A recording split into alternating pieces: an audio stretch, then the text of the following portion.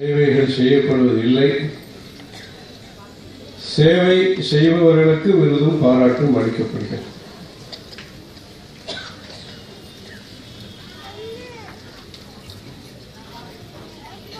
ஒவ்வொரு துறையிலேயும்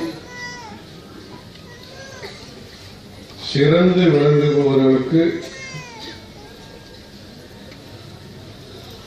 படிப்புத்தான் என்றல்ல, படிக்காவிட்டாலும் பண்போடு விளங்குபவர்களுக்கு கௌரவம் என்பது சமுதாயத்தினால் அளிக்கப்படுகிறது. அங்கீகாரம், அரசாங்கத்தினுடைய அங்கீகாரம் என்பது ஒன்று,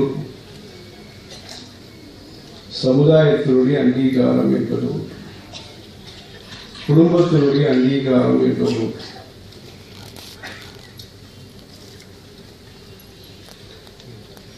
ஆச்சாரியர்கள் மூலமாக அங்கீகாரம் என்பது, அரசாங்கத்தின் மூலமாக அங்கீகாரம். இன்றைக்கு இந்த கிருஷ்ணகான சபா மூலமாக போன வருஷம் 4 பேருக்கு 5 பேர் சன்மானம் செய்தார்கள். 50 வருஷம் திருக்கோவில்களிலே அர்ச்சகர்களாக 50 ஆண்டுகளுக்கும் மேலாக சேவை செய்தவர்களுக்கு போன வருஷம் சிறப்பு செய்தார்கள்.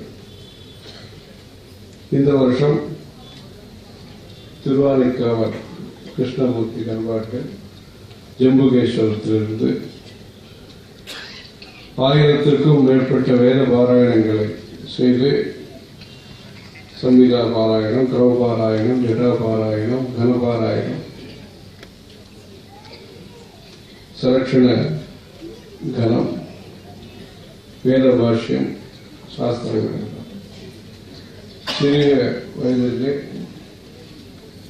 பெரியவர்கள் திருவுடைய வல்லூரில் அங்கு சித்த பொழுது